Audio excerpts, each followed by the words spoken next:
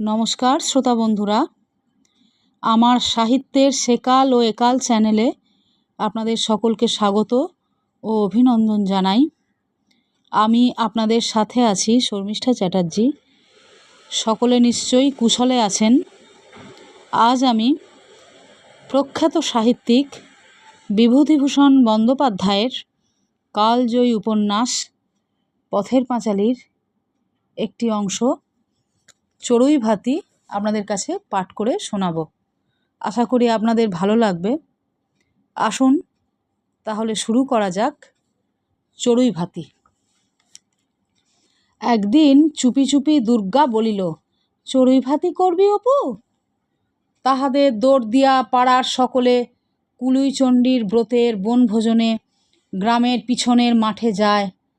তাহার মাও যায়, কিন্তু আজকাল তাহাকে আর লইয়া যায় না। সেখানে সব নিজের নিজের জিনিসপত্র, অত উপকরণ তাহাদের নাই।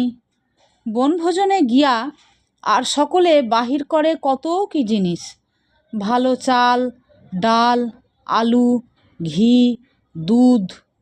তাহার মা বাহির করে শুধু মোটা চাল, মটরের ডাল বাটা আর দুই একটা বেগুন। পাশে বসিয়া ভুবন মুখুজ্জের সেজ ঠাকরুনের ছেলেমেয়েরা নূতন আখের গুড়ের পাটালি দিয়া দুধ ও কলা মাখিয়া ভাত খায়। নিজের ছেলেমেয়ের জন্য তাহার মায়ের মন কেমন করে। তাহার অপু ওই রকম দুধ কলা দিয়া পাটালি মাখিয়া ভাত খাইতে বড় ভালোবাসে। নীলমণি রায়ের জঙ্গলাকীর্ণ ভিটার ওপরে খানিকটা বন দুর্গা নিজের হাতে দা দিয়া কাটিয়া পরিষ্কার করিয়া ভাইকে বলিল, দাঁড়িয়ে দেখ তেঁতুলতলায় মা আসছে কি না, আমি চাল ডাল বের করে নিয়ে আসি শিগগির করে। একটা ভালো নারকেলের মালায় 2 পলা তেল চুপি চুপি তেলের ভাঁটটা হইতে তুলিয়া লইল। মাল মশলা বাহিরে আনিয়া ভাইয়ের জিম্মা করিয়া দিয়া বলিল, শিগগির নিয়ে যা, দৌড়ো অপু, সেইখানে রেখে আয়, দেখিস যেন গরু টরুতে খেয়ে না ফেলে। চারিদিক বনে ঘেরা, বাহির হইতে দেখা যায় না। খেলাঘরের মাটির ছোবার মতো ছোট্ট একটা হাঁড়িতে দুর্গা ভাত চড়াইয়া দিয়া বলিল, এই দেখ অপু, কত বড় বড় মেটে আলুর ফল নিয়ে এসেছি এক জায়গা থেকে। পুঁটুদের তালতলায় একটা ঝোপের মাথায় অনেক হয়ে আছে, ভাতে দেব। অপু মহা উৎসাহে শুকনা লতা কাটি কুড়াইয়া আনে। এই তাহাদের প্রথম বনভোজন। অপুর এখনো বিশ্বাস হইতেছিল না যে এখানে সত্যিকারের ভাত তরকারি রান্না হইবে, না খেলাঘরের বনভোজন, যা কতবার হইয়াছে সেই রকম। ধুলার ভাত, খাপড়ার আলু ভাজা, কাঁঠাল পাতার লুচি। কিন্তু বড় সুন্দর বেলাটি, বড় সুন্দর স্থান বনভোজনের। প্রথম বসন্তের দিনে ঝোপে ঝোপে নূতন কচি পাতা, ঘেঁটু ফুলের ঝাড় পোড়ো ভিটাটা আলো করিয়া ফুটিয়া আছে। বাতাবি লেবু গাছটায় কয়দিনের কুয়াশায় ফুল অনেক ঝরিয়া গেলেও থোপা থোপা সাদা সাদা ফুল উপরের ডালে চোখে পড়ে। চড়ুইভাতির মাঝামাঝি অপুদের বাড়ির উঠানে কাহার ডাক শোনা গেল। দুর্গা বলিল, বিনির গলা যেন, নিয়ে আয় তো ডেকে অপু। একটু পরে অপুর পিছনে পিছনে দুর্গার সমবয়সী একটি কালো মেয়ে আসিল। একটু হাসিয়া যেন কতকটা সম্ভ্রমের সুরে বলিল, কি হচ্ছে দুর্গা দিদি? দুর্গা বলিল, আয় না বিনি, চড়ুইভাতি করছি, বস। বিনি ওপাড়ার কালীনাথ চক্রবর্তীর মেয়ে, পরনে আধময়লা শাড়ি, হাতে সরু সরু কাঁচের চুড়ি, একটু লম্বা গড়ন, মুখ নিতান্ত সাদাসিধা। যুগীর বামুন বলিয়া সামাজিক ব্যাপারে পাড়ায় তাহাদের নিমন্ত্রণ হয় না। গ্রামের একপাশে নিতান্ত সংকুচিতভাবে বাস করে, অবস্থাও ভালো নয়। বিনি সানন্দে দুর্গার ফরফাইমাস খাটিতে লাগিল। বেড়াইতে আসিয়া হঠাৎ সে যেন একটা লাভজনক ব্যাপারের মধ্যে আসিয়া পড়িয়াছে। দুর্গা বলিল, বিনি, আর দুটো শুকনো কাঠ দেখ তো, আগুনটা জ্বলছে না ভালো।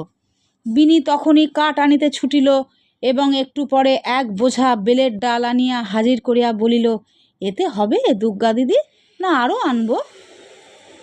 দুর্গা যখন বলিল, বিনি এসেছে, ও তো এখানে খাবে, আর দুটো চাল নিয়ে আয় অপু।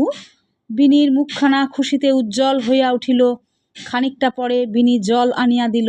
আগ্রহের সুরে জিজ্ঞাসা করিল, কি কি তরকারি দুর্গা দিদি?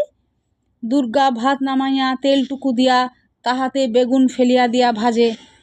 খানিকটা পরে সে অবাক হইয়া ছোবার দিকে চাহিয়া থাকে। অপুকে ডাকিয়া বলে, ঠিক একেবারে সত্যিকারের বেগুন ভাজার মতো রং হচ্ছে, দেখেছিস অপু? ঠিক যেন মার রান্না বেগুন ভাজা না? ও পুরো ব্যাপারটা আশ্চর্য বোধ হয়। তাহারও এখনও যেন বিশ্বাস হইতেছে না যে তাহাদের বনভোজনে সত্যিকারের ভাত, সত্যিকার বেগুন ভাজা সম্ভবপর হইবে। তাহার পর তিনজনে মহা আনন্দে কলার পাতে খাইতে বসে। শুধু ভাত আর বেগুন ভাজা, আর কিছু না। অপু গ্রাস মুখে তুলিবার সময় দুর্গা সেদিকে চাহিয়াছিল। আগ্রহের সঙ্গে জিজ্ঞাসা করে, কেমন হয়েছে রে বেগুন ভাজা?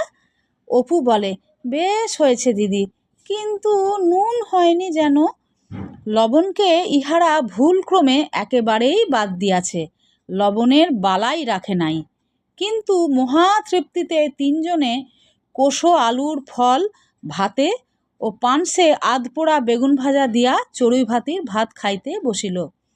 দুর্গার এই প্রথম রান্না, প্রথম এই বনঝোপের মধ্যে, এই শুকনা লতাপাতা রাসের মধ্যে, খেজুর তলায় ঝরিয়া পড়া খেজুর পাতার পাশে বসিয়া সত্যিকারের ভাত তরকারি খাওয়া। খাইতে খাইতে দুর্গা অপুর দিকে চাহিয়া হি হি করিয়া খুশির হাসি হাসিল।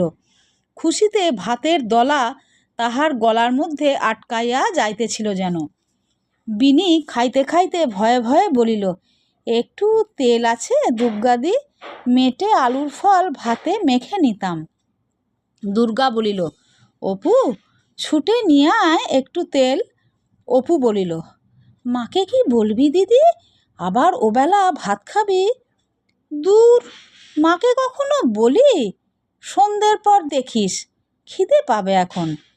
যুগীর বামুন বলিয়া পাড়ায় জল খাইতে চাহিলে লোকে ঘটিতে করিয়া জল খাইতে দেয়, তাহাও আবার মাজিয়া দিতে হয়। বিনি দু একবার ইতস্তত করিয়া অপুর গেলাসটা দেখাইয়া বলিল, আমার গালে একটু জল ঢেলে দাও তো অপু, জল তেষ্টা পেয়েছে। অপু বলিল, নাও না বিনি দিদি, তুমি নিয়ে চুমুক দিয়ে খাও না। তবু যেন বিনির সাহস হয় না। দুর্গা বলিল, নে না বিনি, গেলাসটা নিয়ে খা না। খাওয়া দাওয়া হইয়া গেলে দুর্গা বলিল, হাঁড়িটা ফেলা হবে না কিন্তু, আবার আর একদিন বনভোজন করব, কেমন তো? ওই কুল গাছটার ওপারে টাঙিয়ে রেখে দিই। অপু বলিল, হ্যাঁ, ওখানে থাকবে কি না? মাতোর মা কাঠ কুড়োতে আসে, দেখতে পেলে নিয়ে যাবে দিদি। একটা ভাঙা পাঁচিলের ঘুলঘুলির মধ্যে হাঁড়িটা দুর্গা রাখিয়া দিল। নমস্কার। আজ বিভূতিভূষণ বন্দ্যোপাধ্যায়ের লেখা পথের পাঁচালী থেকে একটি অংশ পাঠ করলাম।